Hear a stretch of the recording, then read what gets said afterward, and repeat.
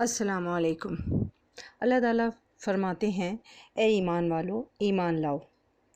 کبھی غور کیا کہ اللہ ایمان والوں کو ایمان لانے کی دعوت کیوں دے رہے ہیں؟ اس لیے کہ ہر دور کے مسلمان کو حضرت ابراہیم علیہ السلام کی طرح ایمان لانا پڑے گا۔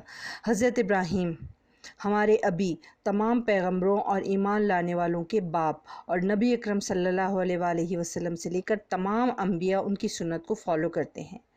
آج کے دور میں بھی ہمارے سامنے بے شمار بت ہیں، بے شمار نظریات ہیں، خیالات ہیں، طبقہ فکر ہیں۔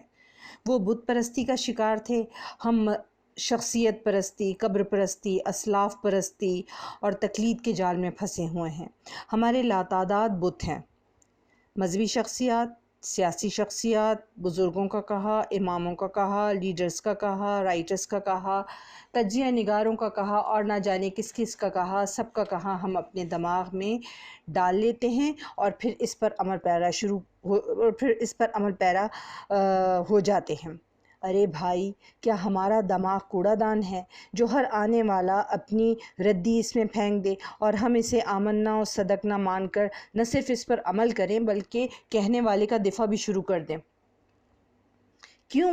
کبھی سوچا آپ نے کہ کیوں اب تک ہم نے انکار نہیں کیا ہے، دل و دماغ کی سچائیوں سے لا الہ پر عمل پیرا نہیں ہوئے ہیں؟ صرف الحمدللہ ہم مسلمان ہیں کہنے اور پہلا کلمہ پڑھ دینے سے ہم مسلم نہیں ہو جاتے۔ اس کے لیے ہمیں اپنے ابی حضرت ابراہیم علیہ السلام کی سنت پر عمل پیرا ہونا ہوگا، ان کا طریقہ اختیار کرنا ہوگا۔ مثال کے طور پر ستارے کو دیکھا تو کہا یہ میرا رب ہے، دل نے نہیں مانا، چاند کو رب کہا۔ پھر سورج کی آب و تاب کو دیکھ کر کہا ہو سکتا ہے یہ میرا رب ہو، جب وہ ڈوب گیا تو کہا ڈوبنے والا میرا رب نہیں ہو سکتا۔ ہر بار سوال کیا اور فطرت سے جواب مل گیا۔ جب ہر جانب سے اطمینان نہ ہوا تو یکسو ہو کر اپنا رخ اللہ رب العزت کی جانب موڑ لیا کہ میرا رب تو وہ ہے جو تمام مظاہر فطرت کو کنٹرول کر رہا ہے، جو زندگی اور موت دیتا ہے، جو بادشاہوں کا بادشاہ ہے، جس نے زمین و آسمان کی ہر شے کو اپنے قوانین میں جکڑ رکھا ہے، جو زندہ و جاوید ہے، جو اتنی بڑی کائنات کا نظام چلا رہا ہے۔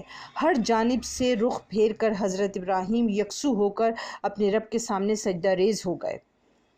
اس کے بعد حاکم وقت مذہبی پیشوائیت اور سرمایہ دار طبقے کے سامنے ڈٹ کر کھڑے ہو گئے۔ سب سے بڑی مزاحمت کا سامنا تو انہیں اپنے گھر میں تھا، کیونکہ ان کے والد بت تراش تھے اور حاکم وقت کے ساتھ تھے، لیکن حضرت ابراہیم نے پہلے سب کو اپنے اطمینان کے ساتھ دیکھا، پرکھا، سمجھا اور اس کے بعد اپنے رب پر ایمان لے آئے۔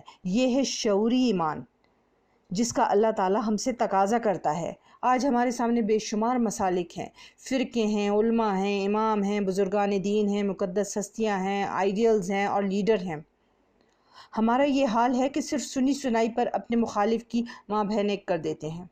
سوشل میڈیا پر ہر شخص اپنے نظریات کا سپاہی بن کر فائر کر رہا ہے۔ بھائی، کیا تم نے قرآن پڑھا؟ کیا ساری احادیث کی کتابیں پڑھ لیں؟ کیا روایات کو ازبر کر لیا؟ کیا تفسیر پڑھ لیں، سمجھ لیں؟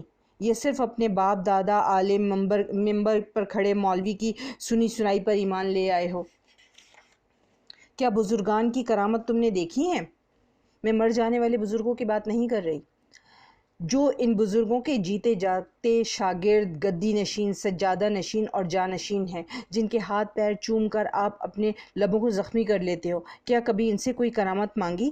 لوگ تو پیغمبروں سے معجزے مانگتے تھے، تم بھی کوئی کرامت مانگو ان سے۔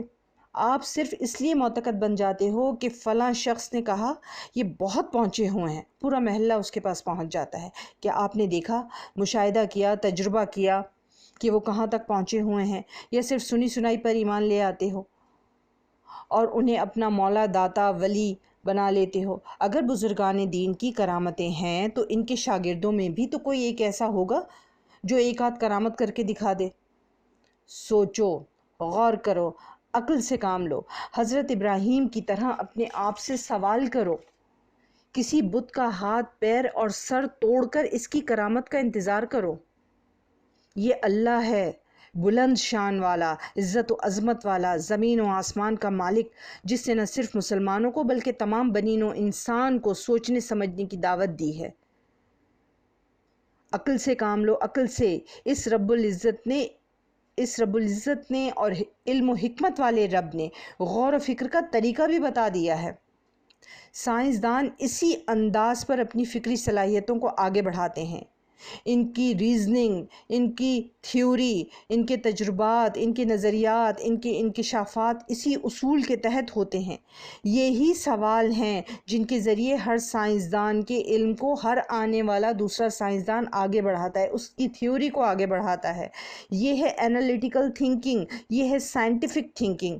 اگر ایسے ایمان لاتے تو ہم آج مومن ہوتے، مسلم ہوتے، اللہ کے سپاہی ہوتے، دنیا کو امن دینے والے ہوتے، دنیا کی طاقتوں کو مسخر کر کے ان سے اصلاح اور فلاح کا کام لیتے، زمین کو امن کا گہوارہ بناتے اور فساد نہ پھیلاتے۔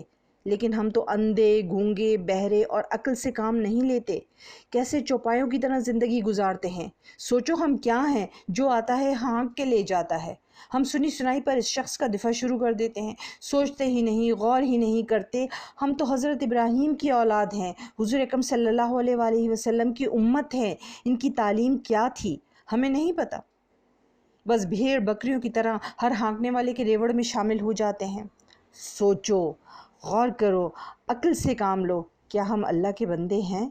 کیا ہم مسلم اور مومن ہیں؟ غور کرو۔ شکریہ۔